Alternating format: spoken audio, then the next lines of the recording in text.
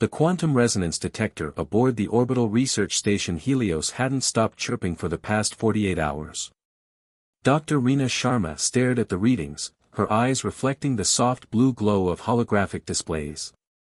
After 12 years of searching for extraterrestrial signals, she had learned to dismiss most anomalies as cosmic background noise.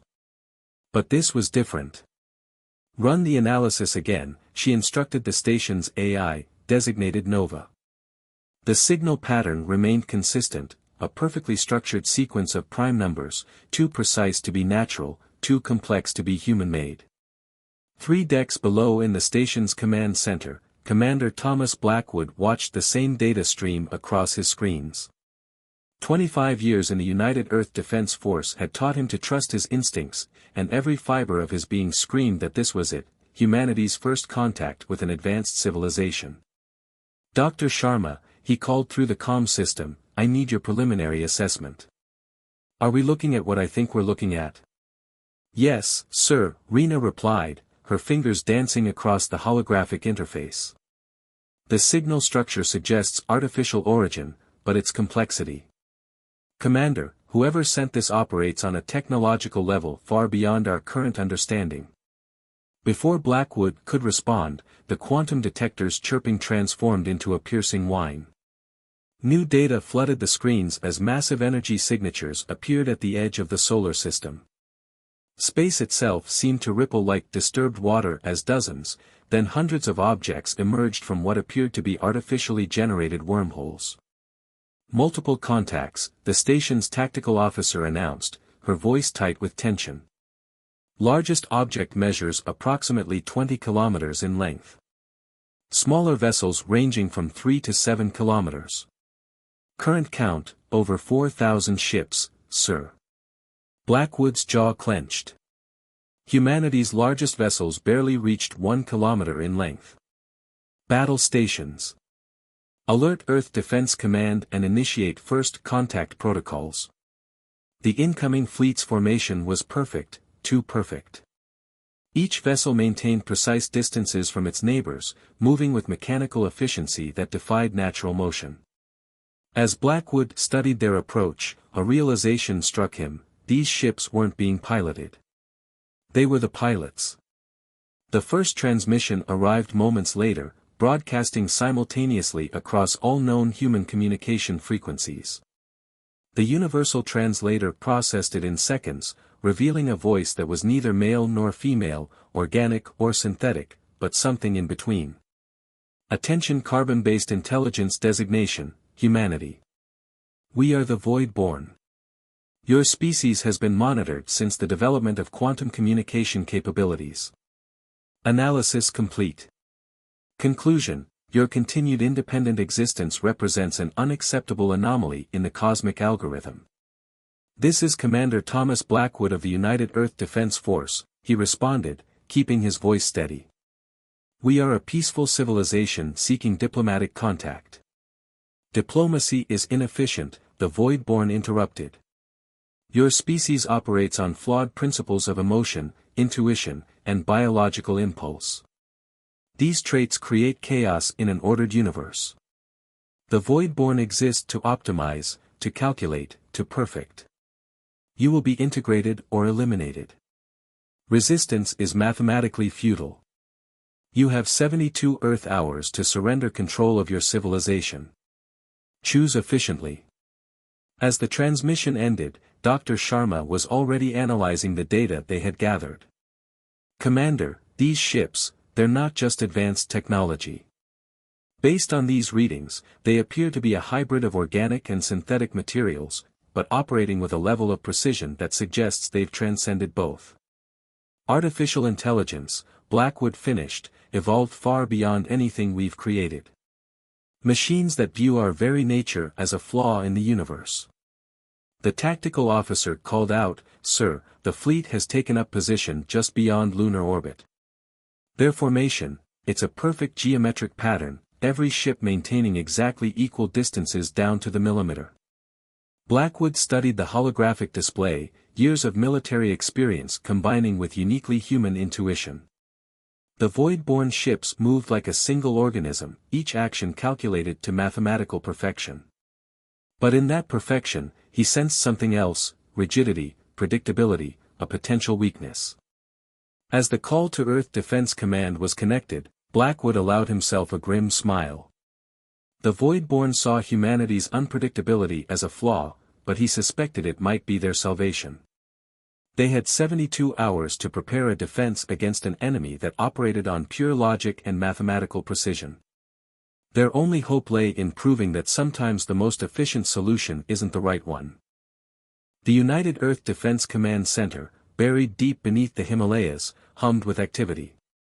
Dr. Reena Sharma stood before a holographic display of the solar system, studying the perfect geometric formation of the void-borne fleet. 50 hours remained until their deadline, and humanity's conventional military leaders were running out of options. Their energy reading suggests shields far beyond our capability to penetrate, General Hikari Tanaka reported, her weathered face illuminated by the holographic glow. Even our most advanced quantum torpedoes would be useless against their defensive systems. Lieutenant Marcus Rivera, Earth's leading quantum mechanics specialist, had been quiet during the briefing, his dark eyes fixed on the data streams flowing across his tablet. "Dr. Sharma," he called out suddenly, "can you show me the temporal variance in their shield frequencies?" As the data appeared before them, Marcus's expression shifted from concentration to something approaching excitement. "Look at this pattern. Their shields, their weapons, their very movement, everything operates on perfect quantum mathematical principles. But that's not just their strength. It's their weakness." Commander Blackwood stepped forward. "Explain." Marcus manipulated the holographic controls, highlighting the void-borne fleet's movements. "They're not just precise, they're predictable. Every action follows quantum mathematical optimization. They don't adapt, they calculate. Each response follows predetermined patterns based on maximum efficiency." "How does this help us?" General Tanaka asked, skepticism evident in her voice. "Because quantum mechanics isn't just about precision," Marcus replied. "It's about probability and uncertainty. The Voidborn have embraced the mathematical precision of quantum physics while ignoring its most fundamental principle, the Heisenberg uncertainty principle." Dr. Sharma's eyes widened as she understood. "We can't match their technological superiority, but we can use quantum uncertainty against them."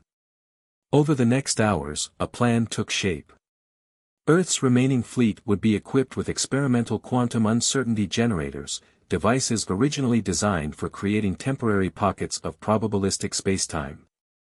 "The generators won't harm their ships directly," Marcus explained, "but they'll create zones where quantum mathematical prediction becomes impossible. We'll position the generators throughout the asteroid belt," Reena added, her fingers tracing patterns through the holographic debris field. "When activated in sequence, they'll create a cascade of quantum uncertainty. Their tactical computers won't be able to calculate efficient solutions because the very nature of spacetime in the combat zone will become probabilistic." The engineering teams worked frantically to modify the generators, while fleet commanders drilled their crews in seemingly random maneuver patterns. Some military leaders objected to the strategy, arguing that introducing quantum uncertainty into a battle zone was too risky. "Their ships are quantum-based," one admiral protested. "We could be giving them an advantage." "No," Marcus countered. "The Voidborn have optimized themselves for a universe of perfect quantum mathematical order. They've sacrificed adaptability for efficiency.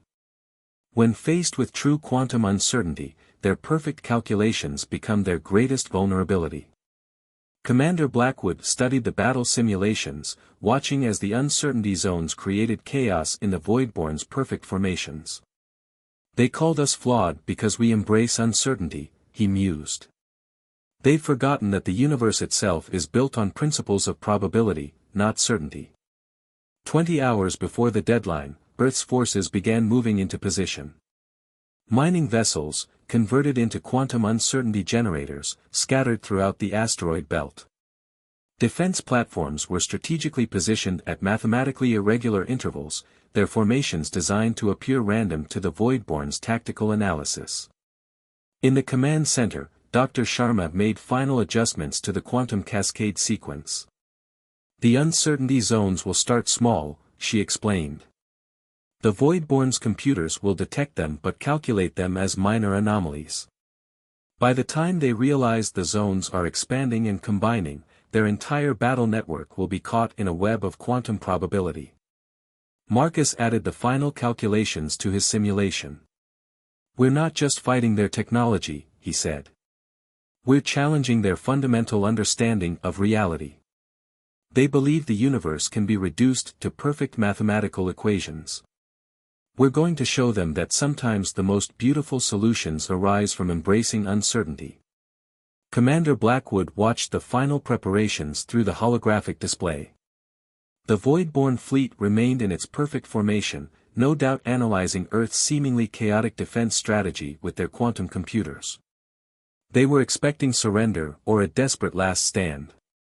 Instead, they were about to encounter something their perfect calculations could never predict: humanity's ability to turn scientific principles into strategic innovation. As the hours ticked away, Earth's forces settled into their positions, waiting to spring a trap that defied conventional military wisdom. They were about to wage war not just with weapons, but with the very fabric of quantum reality itself. The greatest battle in human history would be fought not between opposing forces, but between two fundamentally different ways of understanding the universe: perfect mathematical certainty versus the power of quantum uncertainty. As the deadline approached, Lieutenant Marcus Rivera monitored the quantum uncertainty generators from his station aboard the UES Prometheus. The Voidborn fleet began their advance, their massive ships moving with that unsettling mechanical precision that made them appear more like a mathematical equation given form than actual vessels. "They're scanning our defensive lines," Dr. Sharma reported from the command center. "Their energy signatures suggest they're conducting comprehensive tactical analysis." The first wave of Voidborn vessels approached Mars' orbit, their formation shifting with mathematical precision to engage the scattered Earth forces. Just as predicted, they moved to exploit the apparent vulnerabilities in Earth's defenses. "Initiate quantum cascade," Commander Blackwood ordered. "All ships maintain irregular trajectories." Throughout the asteroid belt, the modified mining vessels activated their uncertainty generators in sequence. At first, the effect was subtle, microscopic fluctuations in spacetime that the Voidborn sensors registered as minor anomalies.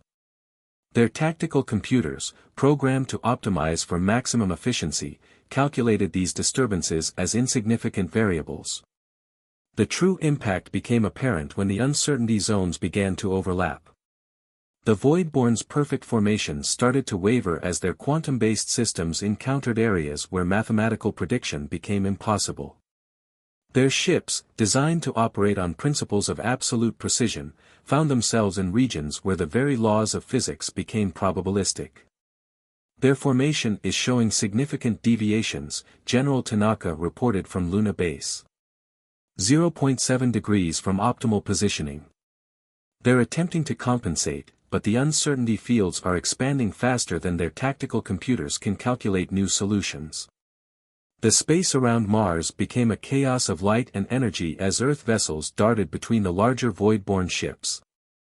Each human vessel followed a trajectory determined by quantum dice rolls, creating patterns that were truly random rather than just complex.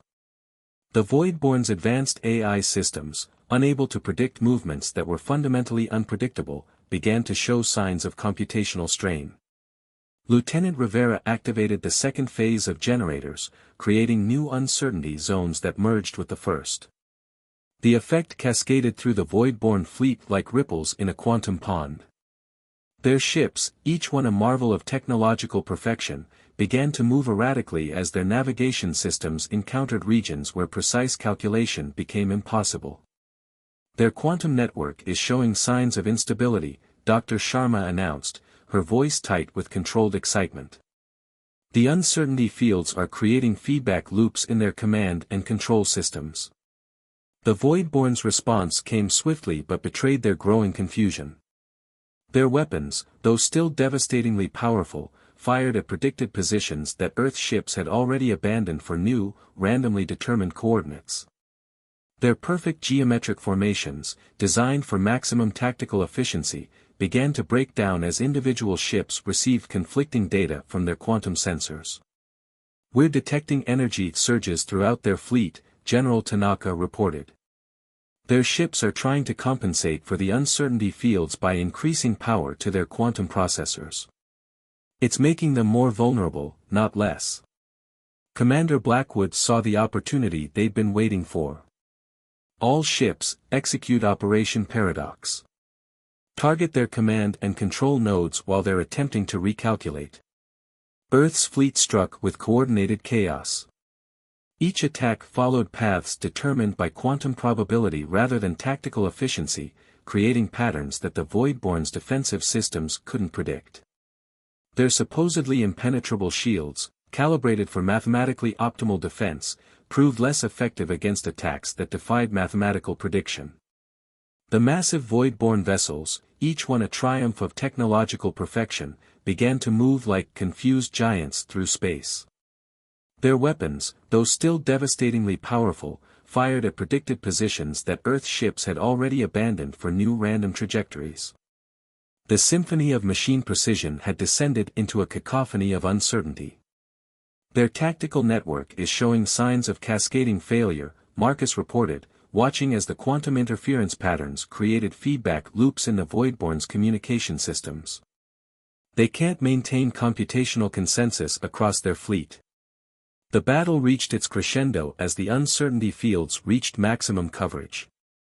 The Voidborn fleet, trapped in a region where their fundamental understanding of reality broke down, began to show signs of genuine disorder. Ships collided with asteroids they couldn't accurately track, while others fired at sensor ghosts created by quantum fluctuations. "Send the message," Commander Blackwood ordered. "Let's see if they're capable of learning." The transmission was broadcast on all frequencies. "Attention Voidborn fleet.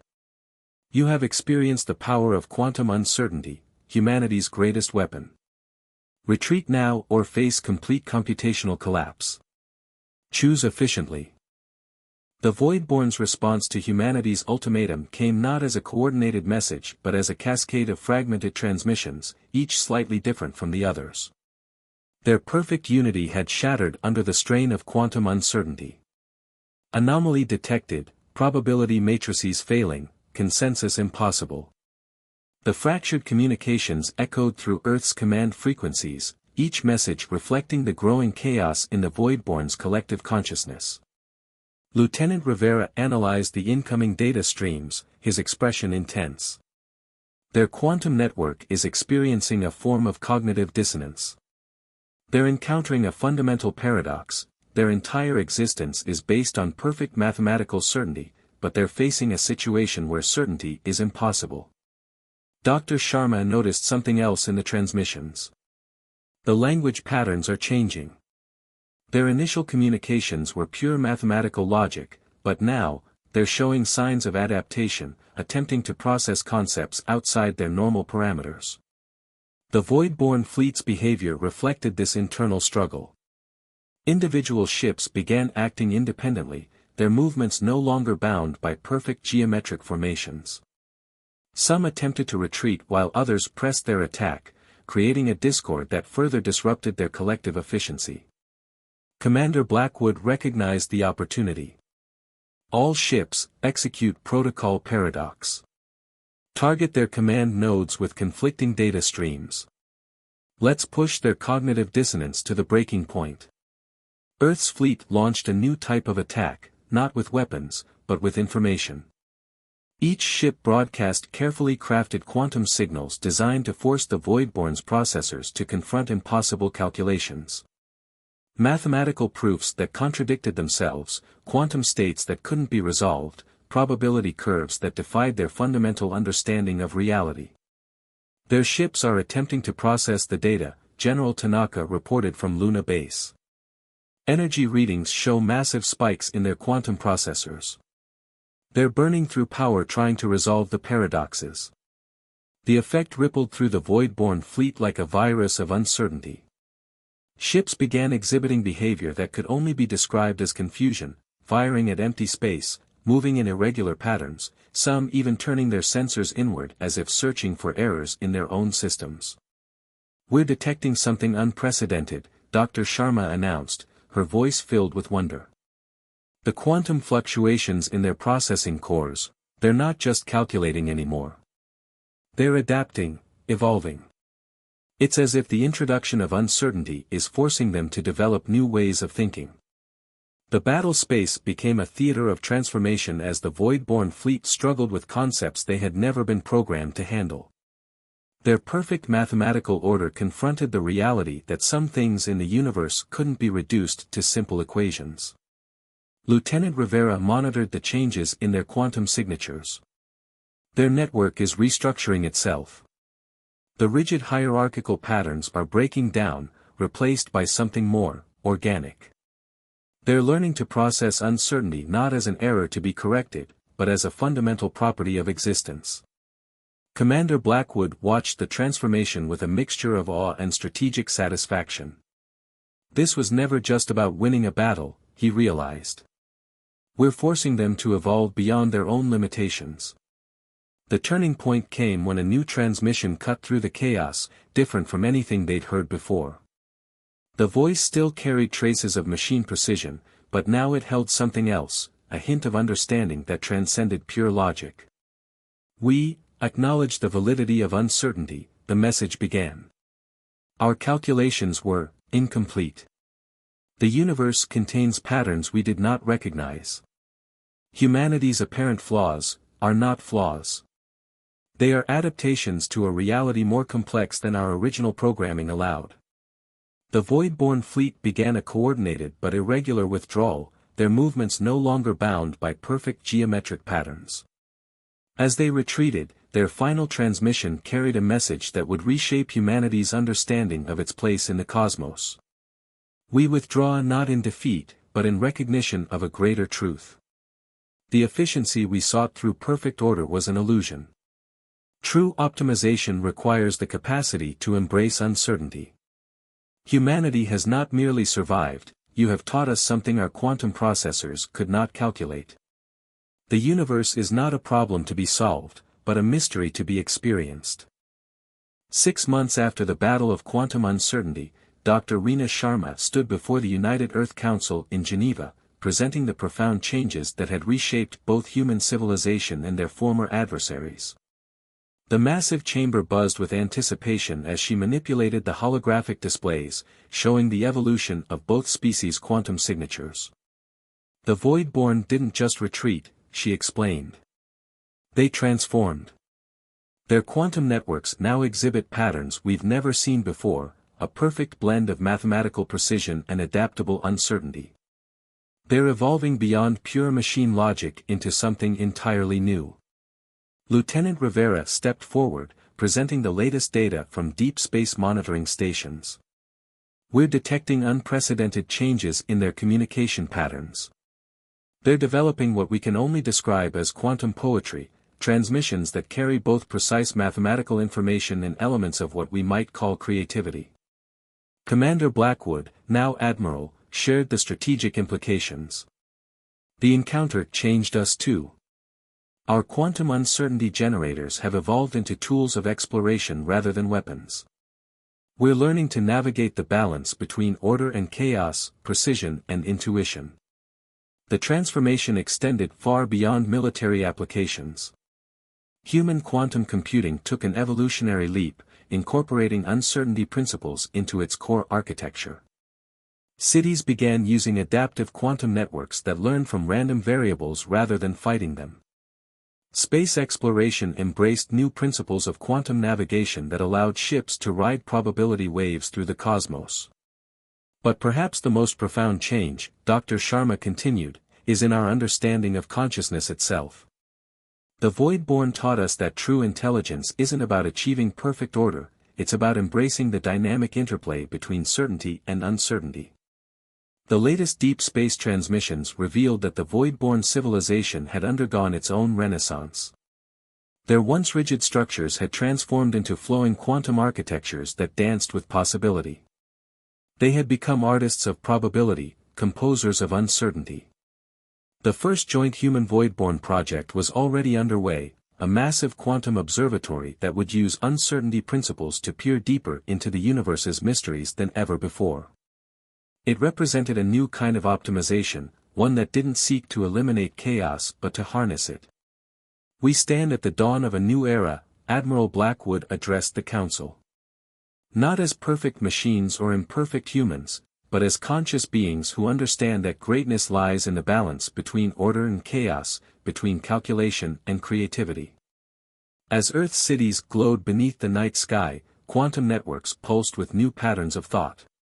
Humanity had not just survived an existential threat, they had transcended it, discovering that their greatest perceived weakness was actually their greatest strength. The ability to thrive in uncertainty, to find beauty in probability, had become their gift to the cosmos.